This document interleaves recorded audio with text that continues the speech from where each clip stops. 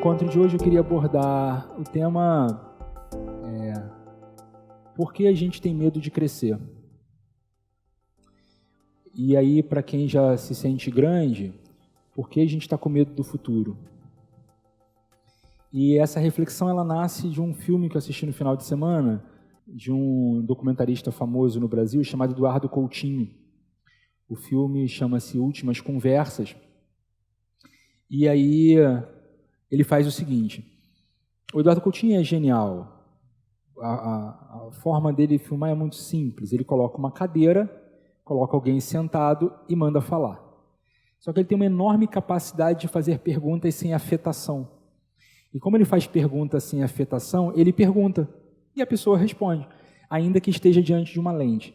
Então ele é capaz de fazer pessoas falarem diante da lente. Isso não é comum, né? É isso que faz dele, em muitas medidas, um cara genial. E aí ele pega estudantes do ensino médio de escola pública e pede para que falem. E os estudantes então começam a falar. Quando os estudantes começam a falar ali, no final das contas temos 6 ou 7 estudantes, e com uma sensação ao longo do filme, né? Então ele pede para que 6 ou 7 estudantes falem um pouco da sua história, um pouco de quem eles são, e à exceção de um ou outro estudante, na maioria ficou uma sensação de um discurso que eu poderia apresentá-lo aqui em 3 partes. Parte número 1, no mundo a gente tola, a gente idiota, a gente boba. Parte número 2, no mundo há pessoas que são espertas, no mundo há pessoas que são capazes de chegar onde quer, que são capazes de enganar o outro se for necessário. E parte número 3, há um medo do futuro, há um medo de se crescer, há um medo do que virá. E esse é o mote da nossa discussão de hoje, assim. Esses 3 elementos que me pareceram centrais em todo o discurso que foi apresentado pelos jovens que apareceram ali. 1, no mundo há gente idiota. 2, no mundo há gente esperta. 3, eu tenho medo do futuro. E esse eu tenho medo do futuro eu tenho medo de crescer, para onde isso vai dar, o que vai acontecer quando chegar lá. É isso que a gente vai tentar discutir no encontro de hoje. Para discutir isso no encontro de hoje, eu vou começar citando um filósofo que a gente vem debatendo aqui já faz um tempo, chamado Baruch Spinoza. E eu quero pegar 5 conceitos do Spinoza para a gente começar a discutir isso. Primeiro conceito é o conceito de afeto. E aí, para Spinoza, o que é afeto? Afeto é a forma como você lê, é a forma como você interpreta a maneira que o mundo impacta você. Então, o mundo impacta a gente de muitas formas. Mas como você interpreta o impacto que o mundo exerce sobre você? A isso a gente chama de afeto. Então, frase de caminhão, né? Nesse caso é frase de caminhão mesmo, para você entender Spinoza. O problema não é o problema é a relação que você tem com o problema. Já aconteceu com a gente aqui, certamente, de você estar conversando com alguém e o que para você é um problema, para o outro não é. Ele fala, não, isso para mim não tem problema nenhum. Não vejo nada demais nisso. Porque o mesmo evento impacta as pessoas de formas diferentes. E isso nós chamamos de afeto. Ficou clara a primeira parte do discurso? O primeiro conceito? Então, o que é afeto? Afeto é a interpretação que você dá à forma como o mundo impacta você. Quem aqui faz terapia ou já fez terapia, sabe que o que você faz ali ao longo de 1 hora, 1 vez por semana, 2 vezes por semana, é cartografar os seus afetos. Você passa 1 hora dizendo, olha, o mundo me impacta desse jeito, o mundo me impacta daquele jeito, acontece isso, acontece aquilo. Estou me fazendo claro? Então a gente vai fazendo uma leitura da forma como o mundo impacta. Ah, meu filho age sobre mim desse jeito e tem esse efeito. Mas é engraçado, ele faz a mesma coisa e o pai não reage assim. Por quê? Porque afeto é a maneira como você interpreta a forma como o mundo impacta você. Foi? A partir daí, Spinoza, então, ele vai desenvolver 4 importantíssimos conceitos. Venha comigo para você entender. Conceito número 1, alegria. Então, alegria é quando o mundo impacta você e aumenta a sua potência. Já discutimos isso aqui muitas vezes. É quando o mundo impacta você e aumenta a sua potência. É quando você acorda pela manhã e aí você vai tomar uma ducha, você abre a ducha e você entra na ducha e ela está quente na temperatura que você esperava. Percebe?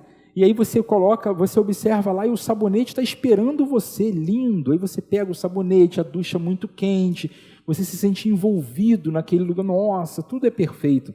Aumento de potência.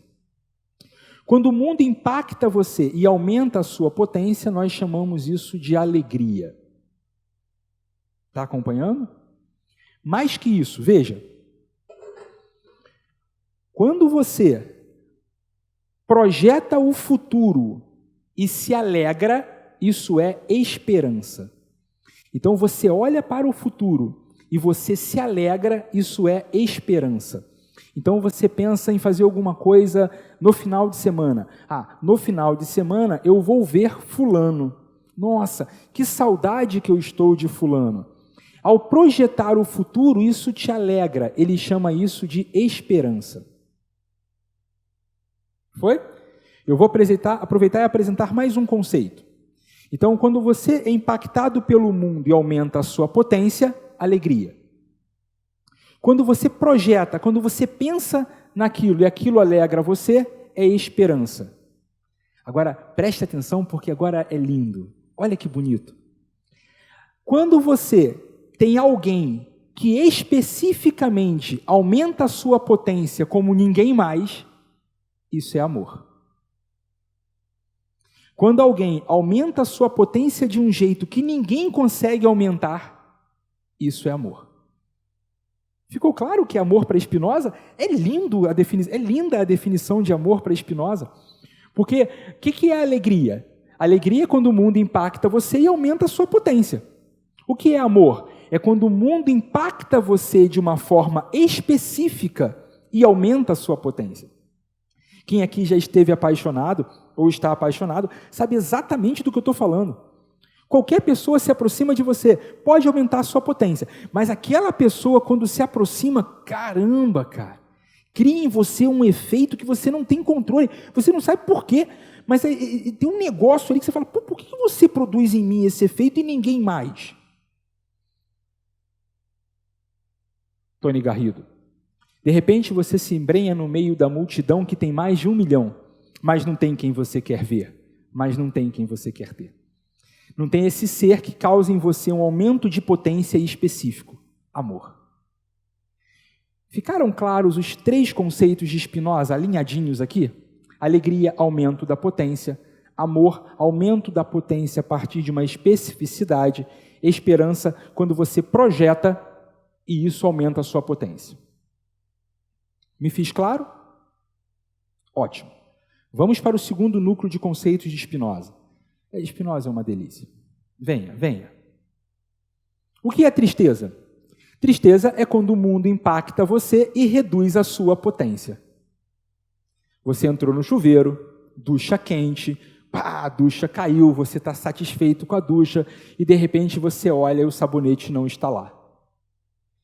E você pensa, eu tenho que buscar o sabonete na cômoda. E aí você sai do box, vai lá, pega o sabonete e volta. Na hora que você volta e pega o sabonete, enfim, debaixo da sua ducha quente, uma falha qualquer no sistema elétrico ou no sistema de gás da sua casa, e uma ducha de água fria cai sobre você.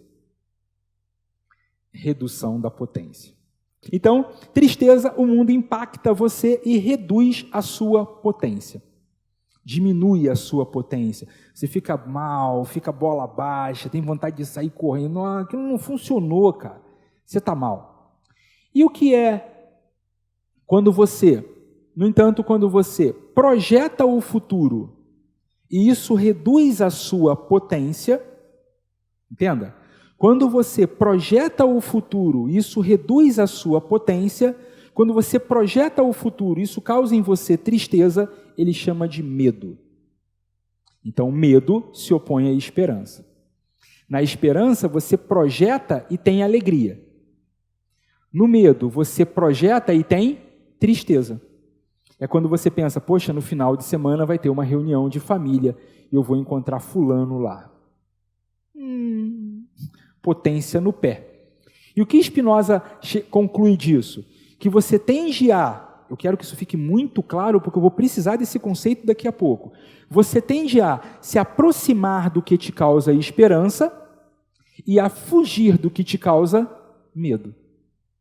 Então, se você imagina que no final de semana você vai encontrar alguém que vai te alegrar, causa esperança, você tem vontade de ir lá. Se você imagina que no final de semana vai encontrar alguém que vai te entristecer, causa medo, você não tem vontade de ir lá. Engraçado que não precisa nem fazer filosofia para entender isso, né? Não precisa pensar filosoficamente para entender isso. A gente é atraído porque nos causa esperança e a gente foge do que nos causa medo. No entanto, depois parem para avaliar carinhosamente sobre as pessoas que cercam você, se você provoca nelas algum tipo de esperança ou algum tipo de medo. É importantíssimo isso, porque de repente você está se perguntando, por que fulano não vem à minha casa? Por que fulano nunca mais apareceu aqui? Você é causa da alegria ou você é causa da sua tristeza? Avaliar isso pode ser muito importante cotidianamente. Depois pensem sobre isso. Eu vou dar um exemplo bobo, mas interessante. Veja, a moça reclama assim, pô, meu fulano nunca liga para mim, cara. Fulano nunca me telefona. Meu Deus do céu, eu nunca recebo um telefonema de fulano. Ela chia, né, com os amigos. Aí fulano liga para ela. Pô, até que enfim, hein? Porque você não liga nunca. Quando ele vai ligar de novo? Nunca. Eu não sei se você entendeu, você derrubou a potência do amigo do outro lado da linha. Ele está tropeçando na potência dele agora. Vamos trocar? O fulano liga, ela atende. Oi, fulano, caramba, que bom que você ligou, há tanto tempo que eu não falo com você. Nossa, que legal. Diga. Ah, tá. Ah, não, isso, tá bom. Só isso, só. Tá bom, beijo, tchau. Aumento da potência. O outro vai até estranhar, vai ligar de novo, falar, olha só, tá tudo bem mesmo? Você não ficou falando 2 horas? Me fiz claro? Aumento da potência atrai as pessoas. Se você aumenta a potência das pessoas, atrai as pessoas para pertinho de você. Se você reduz a potência das pessoas, você reduz a vontade das pessoas estarem pertinho de você. É só você parar para avaliar as pessoas que cercam você. Quem você tem vontade de estar perto? Quem aumenta a sua potência. Quem você tem vontade de sair correndo? Quem diminui a sua potência.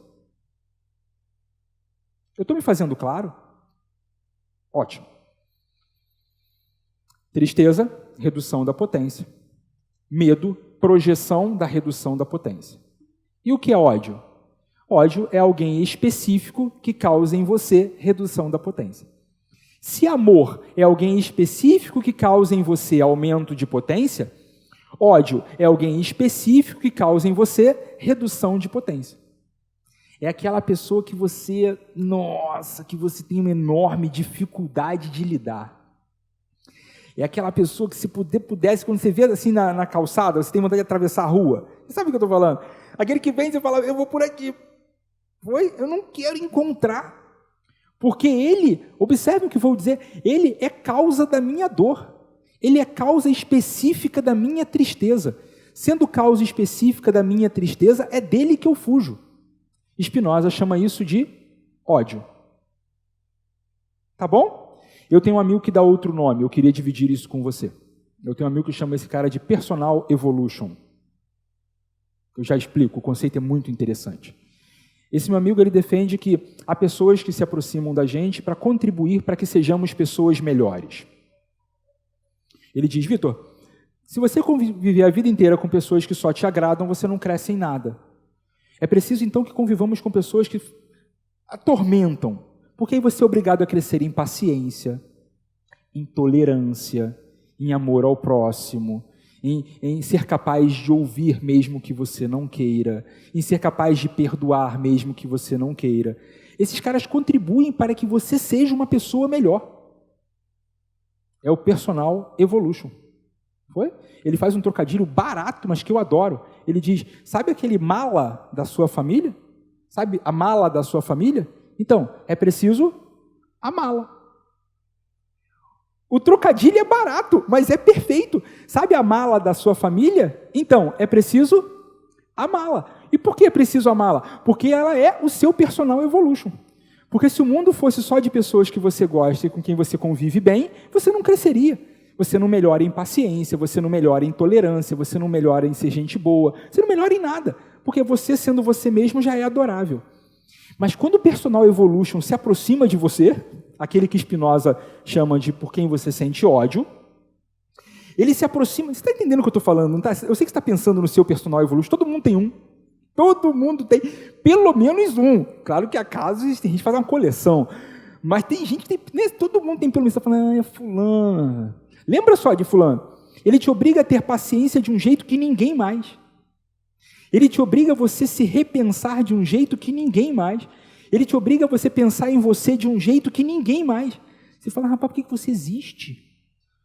Mas não sei se você entendeu, é muito bom que ele exista. Porque quando ele existe, você cresce a cada encontro. A cada encontro com ele, você fala, nossa, como eu saí melhor. Eu não sei se você já teve a oportunidade disso. É aquele cara que se prepara para encontrar, né? Você fala, final de semana eu vou encontrar com fulano. Então você se prepara. E depois do encontro, você agiu da maneira que você esperava. E você diz, caraca, você conseguiu, cara. Você venceu o personal evolution, né? Você sai dali mais feliz. No entanto, quando você encontra e você não consegue controlar, você é grosso, você é estúpido, você erra, você sofre. Ai, caramba. Me fiz claro. Apresentamos, então, 7 importantíssimos conceitos de Spinoza. Vamos a eles. Afeto, a maneira como a gente interpreta a forma como o mundo impacta a gente. O problema não é o problema é a nossa... Como é que é? O problema não é o problema é a nossa relação com o problema. A partir daí a gente tem 2 núcleos. De um lado, alegria, quando o mundo impacta você e aumenta a sua potência. Esperança, quando você projeta o futuro, isso aumenta a sua potência. Amor, quando alguém específico aumenta a sua potência. Pô, a definição de amor de Spinoza é um esplendor. Nossa. O segundo grande núcleo, tristeza, quando alguém impacta, quando o mundo impacta você e reduz a sua potência. Medo, quando você faz a projeção, isso impacta você reduzindo a sua potência. E ódio, quando alguém específico causa em você desconforto, causa em você redução de potência. Foi aqui? Encaixotadinho? Primeira parte do discurso já foi. Vem agora para a segunda parte do discurso. Na nossa segunda parte do discurso, a gente vai retomar aqui um diálogo de Sócrates com Geórgias. E no diálogo de Sócrates com Geórgias, olha a riqueza desse diálogo. Geórgias diz, sabe, Sócrates, é melhor ser injusto e sair por cima do que ser justo e sair por baixo. Foi? Geórgias é um sofista, e os sofistas são muito mal vistos na obra do Platão. Platão fala muito mal dos sofistas, o que é uma pena.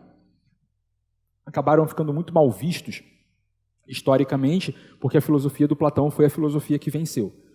E como a filosofia do Platão foi a filosofia que venceu, a gente acaba tendo uma opinião de mundo muito próxima da opinião que Platão tinha.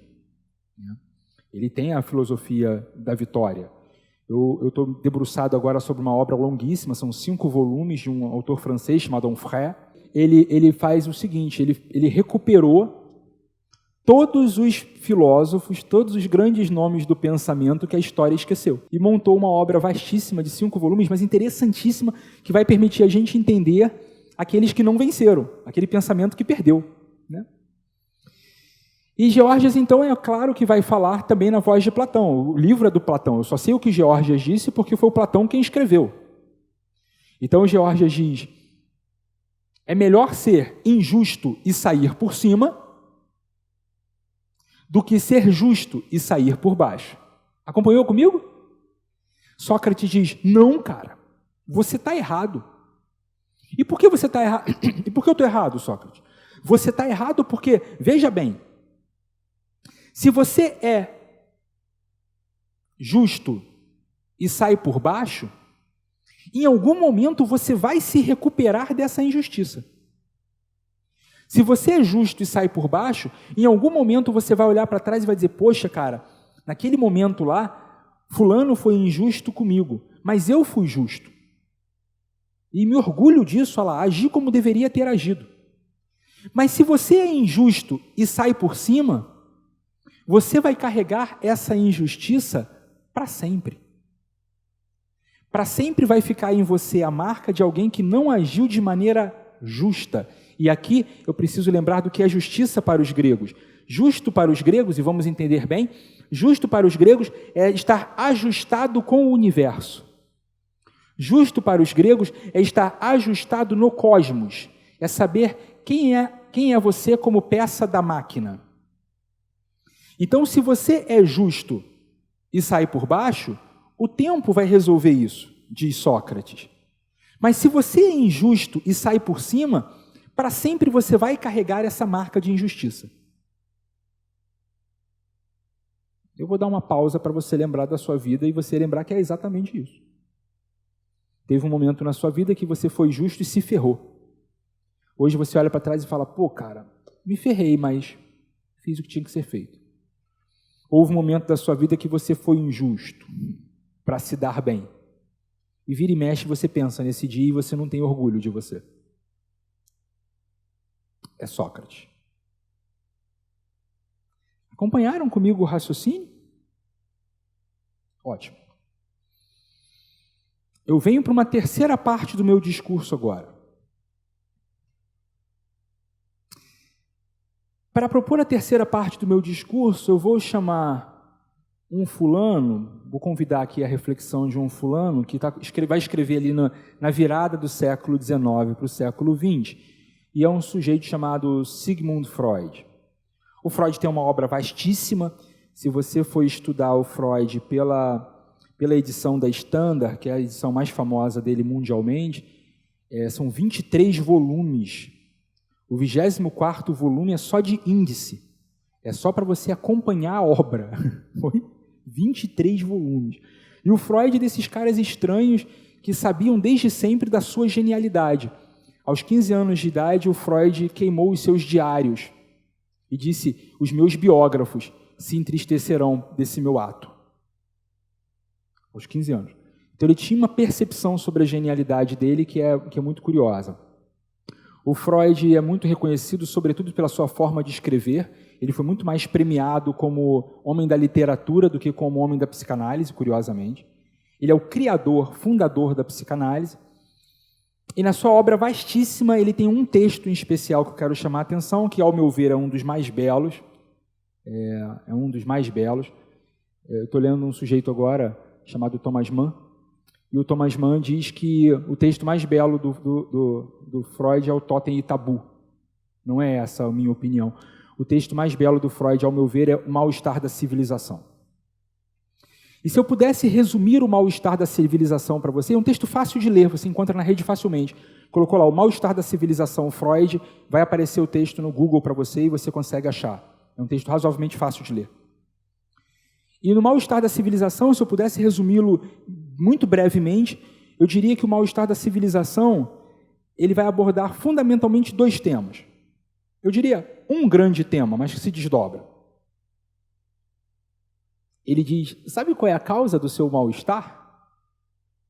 Sabe qual é a causa do mal-estar da civilização? É que resolvemos ser humanos. É isso. Sabe aquela vontade que você teve de largar a mão na cara do sujeito? E você segurou? Sabe aquela vontade que você tem de sentar à mesa e comer todos os salgadinhos que estão ali? Sabe aquela vontade que você tem de, às vezes, simplesmente sumir de casa e nunca mais falar com ninguém? Sabe aquela vontade que você tem de parar de estudar e largar esse negócio todo que você não aguenta mais? Sabe aquela vontade que você tem de simplesmente não fazer mais absolutamente nada porque você encheu o saco? Pois é, não sei se você percebeu, mas todas essas vontades você podou. Você teve vontade de largar a mão na cara de alguém e você disse, não, eu não posso. A minha civilização terceirizou a violência. Hoje alguém é contratado e pago para exercer para mim a violência. É a polícia. Já que a polícia exerce para a minha violência foi terceirizada, não sou eu mais quem posso cumprir esse papel. Aí você teve vontade de sair correndo de casa, largar filho, largar mãe, largar todo mundo, não quer nem saber, vai andar até esquecer o mundo. E você pensa, sabe, não dá. Porque se eu fizer isso, depois vai cair um peso na minha cabeça, eu vou sofrer, não vou dormir de noite. Como é que vai ser esse negócio? Eu vou precisar entubar isso também. Aí você teve vontade de não estudar mais, largar tudo, chega, eu quero mais, vou viver numa comunidade indígena, lá em Tocantins, e você pensa, como é que vai ser daqui a 20 anos? Eu com 40, 45, 50, 60, será que vai ser bom isso? Eu não sei se você percebeu, mas a quantidade de coisas que você foi se limitando a fazer, se impedindo de fazer, contendo de fazer, para ser humano. Humano. Sabe aquela gargalhada gostosa que você dá? E que alguns de vocês aqui não dão há muito tempo?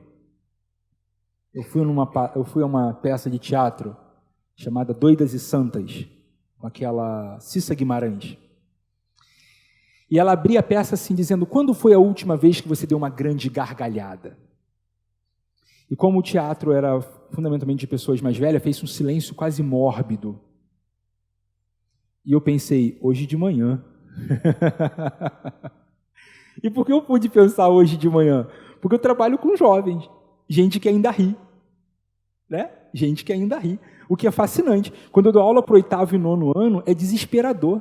Porque cai o lápis, eles riem, cara. Cai o lápis, eles riem. Cai a borracha, eles riem. Alguém tropeça, eles riem de tudo.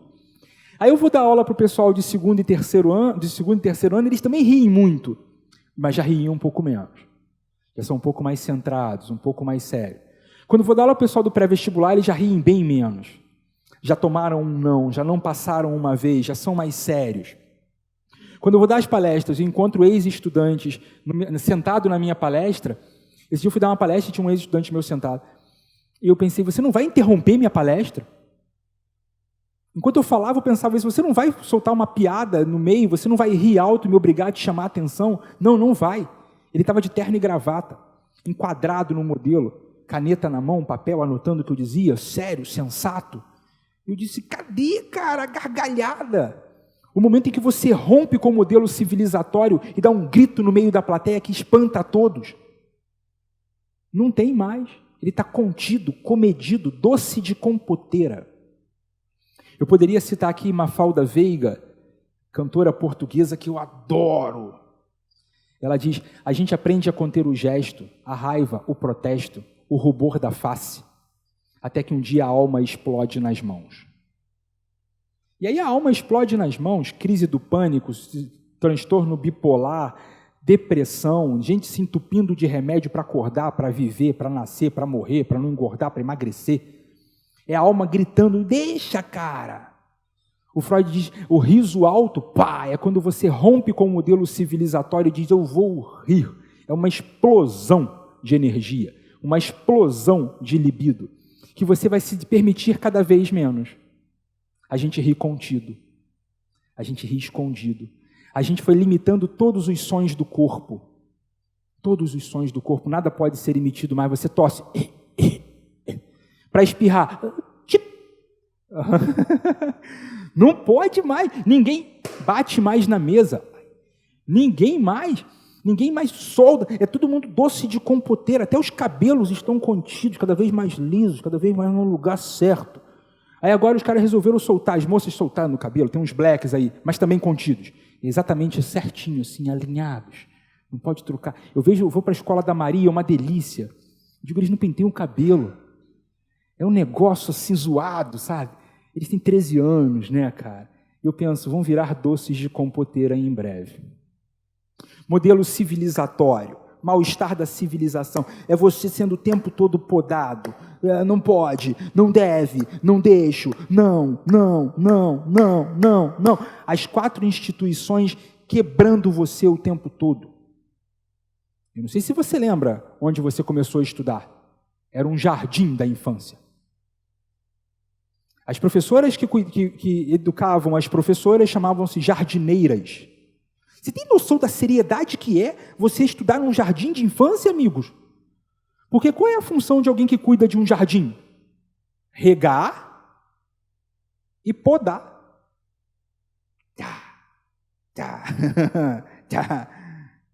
Olha que sério isso. Mal-estar da civilização. Como se não bastasse, no desdobrar disso, diz Freud, estamos fadados a 3 elementos que compõem toda a vida humana. A decrepitude. À medida que o tempo for passando, você vai sentindo perder um monte de coisas em você. Perde pele, perde tônus muscular. Os rapazes aqui que foram jogar bola com o pai há pouco tempo, o pai parou a bola e ele foi fazer o drible.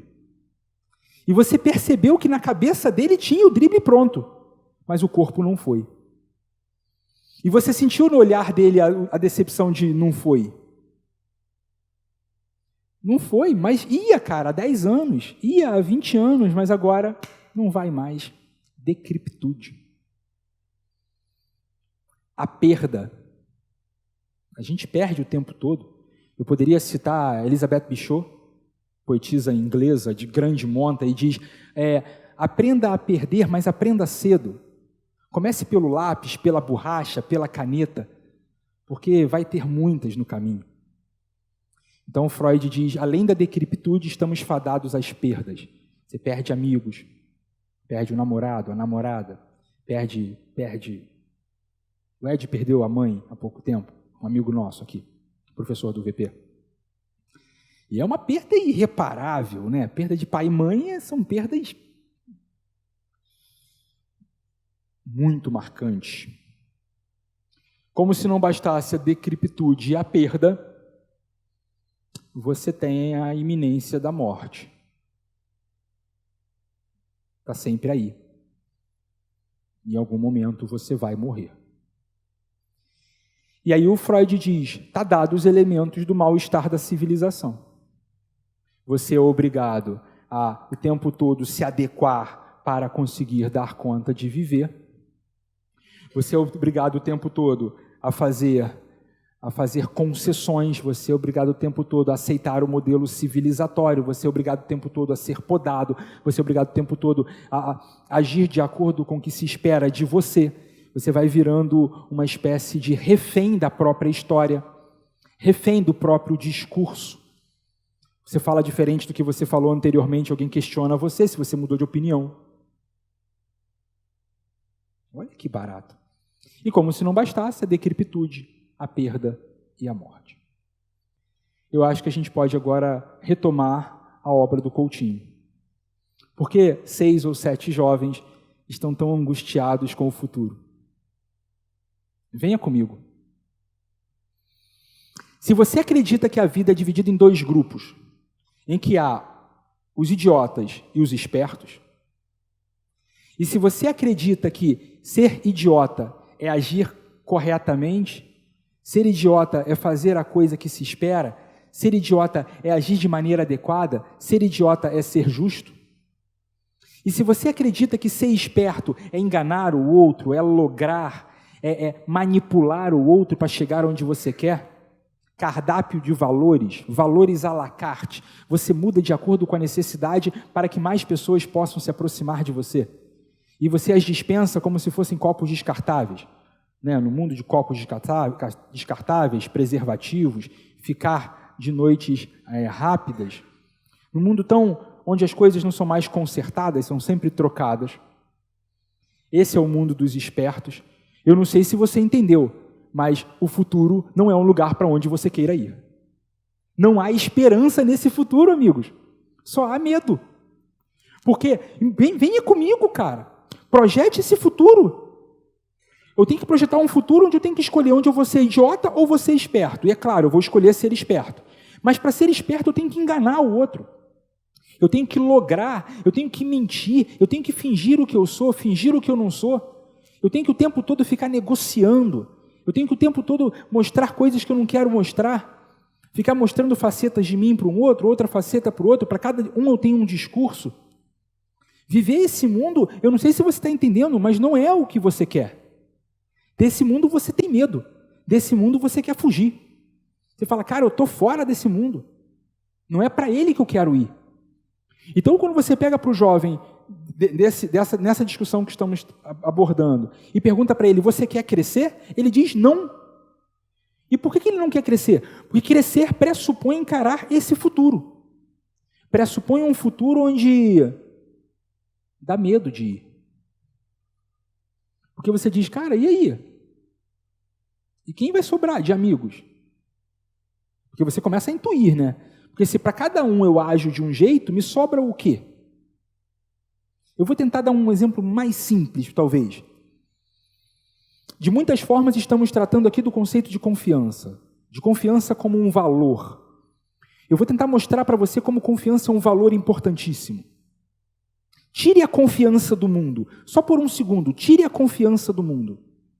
Por um instante, você não pode confiar na sua mãe, no seu pai, nos seus amigos, nos seus filhos. Por um instante. Vou aprofundar. Por um instante, você não pode confiar no seu sistema bancário. Quebrou. Falimos o mundo. Porque se você não confia que o seu dinheiro está lá, você no dia seguinte vai para tirar. E se todo mundo resolver tirar o dinheiro do banco, o que acontece com o banco? Fecha. E, pois bem, você uma vez que pegou o dinheiro do banco, guarda onde agora, se você não confia em ninguém? Tire a confiança como valor do mundo e você vai perceber a importância da confiança como um valor. Se eu tenho um grupo de jovens que acreditam que no futuro, para construir o futuro, para pensar meu futuro, eu não posso confiar em ninguém, porque o mundo é dos espertos, ferrou. Olhar para esse futuro dá medo. Olhar para esse futuro não dá vontade de ir para lá. Porque quando você olha para esse futuro, ele reduz a sua potência. Agora, quando você olha para esse futuro e você pensa, não, eu vou agir como Sócrates me propôs. Eu vou agir assim. Vai ser ruim. Por muitas vezes eu vou perder. Eu não sei se você lembra, mas de todos os milagres que Cristo fez, só um sujeito voltou para agradecer. Um. E ele vai dizer, olha, eu vou viver assim. É possível que me sobre poucos amigos, mas os poucos que ficarem, ficarão. Não tem valores à la carte. Não tem eu trocando de cara a cada 15 minutos. Não tem eu oferecendo discursos variados para estritamente conseguir o que eu quero a partir do meu umbigo. Não, tem eu sendo o que eu sou, cara. E olha só, é o que eu tenho para oferecer. Gostou? Fica. Não gostou? Vá. Vai ficar poucos, eu não sei se você entendeu. Mas quem ficar, fica. Quem ficar, está com você. Quem ficar, está ali juntinho, porque sabe que é o que você tem para oferecer. Diferente do outro, que é possível que arrebanhe um monte num primeiro momento. Mas a longo prazo, eu não sei se você entendeu, sobra ninguém. No caso que estamos propondo aqui, é quando você diz, olha, eu vou viver assim, cara. Eu vou ser justo. E quando ser justo for ruim para você? Vai passar em algum momento. E quando passar nesse momento, eu vou poder olhar para trás e ver, olha, eu fiz a coisa certa ali. E aí quando você olha para esse futuro e começa a identificar que é bem provável que haja uns poucos e bons amigos que se aproximem de você, que é bem possível que haja um grupo de pessoas com quem você possa contar, um grupo de pessoas com quem você possa produzir laços, talvez a partir daí olhar para o futuro não fique tão ruim. Talvez a partir daí olhar para o futuro comece a dar a você, ao invés de medo, esperança. Você começa a identificar que na medida que o tempo passa, as pessoas que vão ficando com você de verdade. As pessoas que vão estar próximas de você estarão próximas de você porque você é daquele jeito. E você também próximos dela por isso. Estou me fazendo claro? Mas, Vitor, e sobre as questões da dor, das perdas, da morte, da decrepitude do Freud? Como se foge disso? Não se foge. Não se foge. Mas é claro que você pode agir sobre isso de muitas formas. Porque nos ensina Spinoza, O problema não é o problema. É a relação que você estabelece com ele. Então, deixe-me fazer mais claro. O Sartre diz, não haja de má fé. O que é agir de má fé? Agir de má fé é quando você fala assim, poxa, naquele momento da minha vida, eu agi daquele jeito porque não tinha outra forma de agir. Não faça isso. Não é verdade. A cada passo, eu e você temos 360 graus de possibilidade. A cada passo, você pode fazer o que você quiser. A cada passo, você pode inventar a vida que você quiser. Você não foi obrigado a agir daquela maneira. Sartre diz, não haja de má fé. Não olhe para você e diga, naquele momento era a única forma de agir. Não, não era. Você tem sempre muitas formas de agir. Sempre muitas formas de agir. E aí há algo de fascinante que eu preciso dividir com vocês. Renato Russo diz, todo adulto tem inveja dos mais jovens. Eu não tenho nenhuma. Muito pelo contrário. Eu olho para os meus estudantes em sala de aula e fico muito à vontade de falar isso aqui, porque eles sabem que eu falo isso. Eu penso, que ruim. Poxa, Vitor, mas tem menos decrepitude. Que ruim. Poxa, Vitor, mas tem menos perdas. Que ruim. Poxa, Vitor, a princípio estou mais distante da morte. Que ruim. E por que acho ruim? Porque tem muito menos arcabouço, tem muito menos repertório para poder fazer as escolhas. Muito menos repertório. Muito menos repertório para viver a vida que lhe apraz. E vão conseguir esse repertório aos poucos, na medida que o tempo for passando. Percebe? A passagem do tempo vai trazer um presente. E qual é o presente que nos traz a passagem do tempo? As possibilidades cada vez maiores de escolhas. Claro, se você não sofrer do problema que sofre Lear. A obra é de um sujeito chamado William Shakespeare. Lá pelas tantas, o bobo do Lear, né? O Lear era um rei, e aí o Lear tem um bobo da corte. E o bobo do Lear diz para o Lear, pobre Lear, ficou bobo antes de ficar sábio. Correr o risco aí de você ficar bobo antes de ficar sábio é ruim, né? É o sujeito que o tempo passa e não acrescenta nada para ele. Você conhece esse cara que eu estou falando? O tempo passou e parece que não acrescentou nada. Você fala, o tempo passou para caramba para você e não acrescentou coisa nenhuma. Ficou uma espécie de lacuna aí. Então, veja bem, se a gente pega esse grupo de jovens e diz, olha cara, de fato, se você pensa que o mundo é dividido entre tolos e espertos, e que é preciso ser esperto, e que ser esperto que conceitualmente é enganar o outro, mentir, lograr para chegar onde se quer, de fato, o seu futuro não me parece legal. E como dá muito mais medo que esperança, eu entendo que você não queira ir para lá. Mas se você entende que ao olhar para o futuro, você pode construir laços, ao olhar para o futuro, você pode construir relações de você com as pessoas, de você com você mesmo, de você com o mundo que te cerca, e que esses laços podem ser laços muito saborosos, eu não vou dizer rígidos, eu não vou dizer para sempre, eu vou dizer saborosos. Sabe? Aquele laço que fica pronto e fala, cara, que encontro bom. Que bom encontro aqui. Um bom encontro de você com você. Você teve essa oportunidade de um bom encontro de você com você? Nunca tiveram essa chance? Normalmente eu tenho esse bom encontro de mim comigo mesmo quando eu estou no aeroporto. E o voo cancela. 6 horas no aeroporto. Eu não fico chateado, é engraçado isso. Eu adoro. É estranho falar isso, mas eu gosto. Porque não tem nenhuma obrigação. Eu estou ilhado. Então serão 6 horas de mim comigo mesmo. Ali. E aí eu vou sentar num café, vou pegar um livro qualquer numa livraria de aeroporto, e você vai ficar ali num bate-papo de você consigo mesmo. Porque se você não gosta de sair consigo mesmo, não se ofereça a outras pessoas, né? Deve ser insuportável. Oi? Eu nunca saio sozinho, cara, então não saia com alguém, porque deve ser muito ruim sair com você, né? Um encontro de você com o outro. Já tiveram essa oportunidade? Um encontro assim, onde você senta para conversar com alguém, a impressão que você tem é que vocês se conhecem há 25 anos. E vocês se conhecem por meia hora, cara.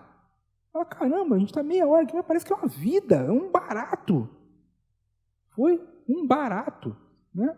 E se você consegue se identificar com você, se você tem esse encontro com você, pô, é lindo, né? É lindo. É o sujeito que vai e leva consigo a casa, né? Ele vai e leva consigo a casa. Para onde ele for, ele vai e leva com ele a casa. O seu encontro com o outro, né? E o seu encontro com o mundo. Olha isso. Se você pudesse dividir a filosofia em dois grandes grupos, quer dizer, há muitas formas de dividir a filosofia, mas eu tenho uma que me apraz, que é, divida a filosofia em dois grandes grupos. De um lado, você tem o pessoal que não tem propostas de mudar, aceitar o mundo como ele é. Então, de um lado tem o grupo de aceitar o mundo como ele é, e do outro lado tem o grupo de transformar o mundo. Foi? Então, se pudéssemos pegar, grosso modo, é isso. Um grupo, aceitar o mundo como ele é. O outro é transformar o mundo. Foi? Eu estou chamando aqui para o seu encontro com o mundo quando você não quer transformá-lo. Não quer transformá-lo. Há uns finais de semanas atrás, eu fui para um lugar em Casimiro de Abreu. E lá pelas tantas, eu andei por um trecho, aí eu sentei numa pedra, eu coloquei meus pés descalços na água fria da cachoeira, e no fundo tinha um som de cachoeira com pássaros, e tinha aquela água gelada passando pelos meus pés. E eu pensei, não há o que transformar aqui. Está tudo tão no seu lugar, tudo tão perfeito, o som, os odores. Nossa, eu ficaria ali muitas e muitas horas.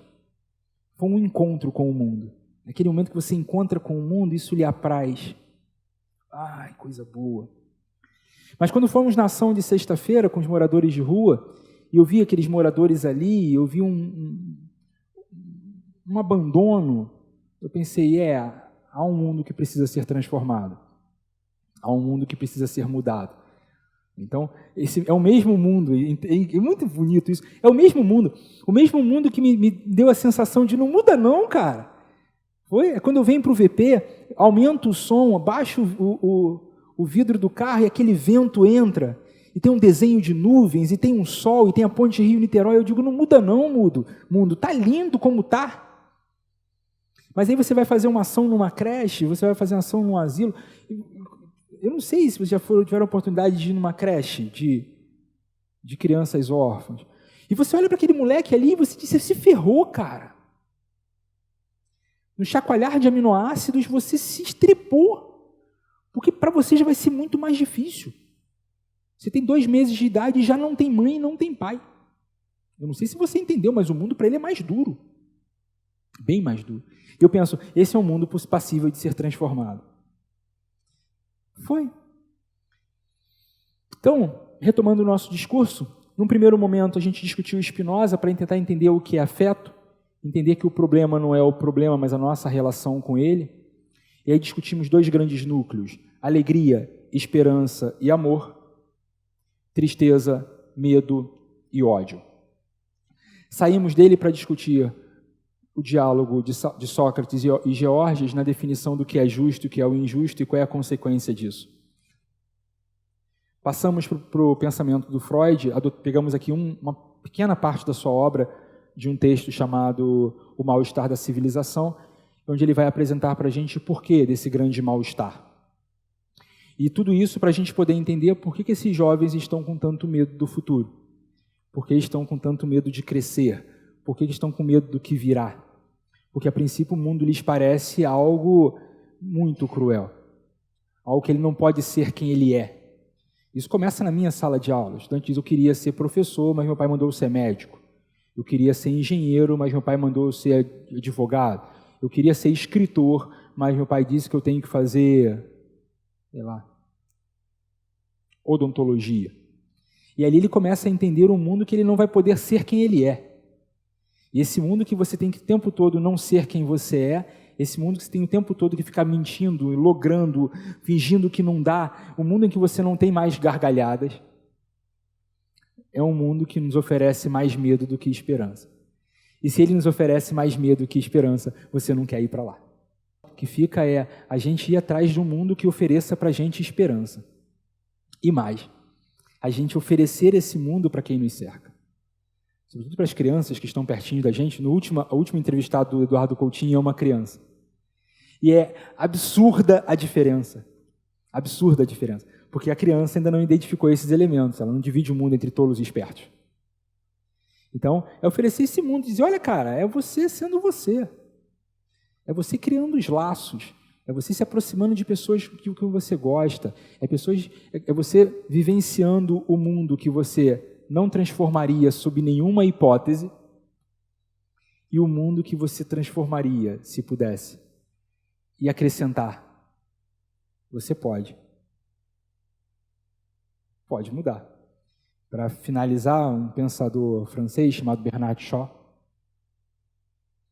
Algumas pessoas olham a realidade, analisam a realidade, pensam como poderia ser diferente e se perguntam, por quê? Eu não. Eu olho a realidade, analiso a realidade, penso como ela poderia ser diferente e me pergunto, por que não? Então, desfrutar desse mundo que a gente não quer sob nenhuma hipótese transformar, porque os pés na água estão uma delícia. Esse mundo que você não quer sob nenhuma hipótese transformar, porque a empada de camarão deitou sobre o seu paladar. E diz, rapaz, mas tá... Nossa... Que isso, cara? Não transforma esse mundo por nada. Deixa como tá. E aquele outro mundo que você pensa, nem todo mundo tem acesso a isso. A gente pode trabalhar para que mais pessoas tenham acesso e ampliar isso para que mais pessoas possam ouvir e possam desfrutar disso. Pode tornar isso aqui uma aventura do cacete, amigos. Do cacete. Enquanto estiver vivo e cheio de graça, talvez ainda faça um monte de gente feliz. Nossa, pode tornar isso aqui muito saboroso. E se ficar saboroso, se der alegria projetar o futuro, vai ter esperança. E se tem esperança, é para lá que a gente quer ir. Foi? Eu vou repetir porque ficou bonito isso. Né? Se você pensa no futuro e tem sabor, se você pensa no futuro e te dá alegria, se você pensa no futuro e te dá potência, isso te dá esperança. E se te dá esperança, é para lá que você quer ir. Você não quer perder isso de jeito nenhum. E aí vai dar vontade de crescer, vai dar vontade de vislumbrar o futuro, vai dar vontade de participar dele e mais, vai dar vontade de convidar pessoas para vir para ele. Pô, vem para cá, para esse futuro, cara, é mó legal. É quando você foi para outra festa, que era melhor do que a anterior, e você diz, vem para cá, cara, que vai valer a pena se abandonar essa festa e ir em prol dessa. Sair dessa fase para entrar em uma outra, porque aqui pode ser muito bacana também. Tá de boa? Senhores e senhoritas, foi um prazer inefável estar na presença de vocês. Até a próxima, se Deus quiser.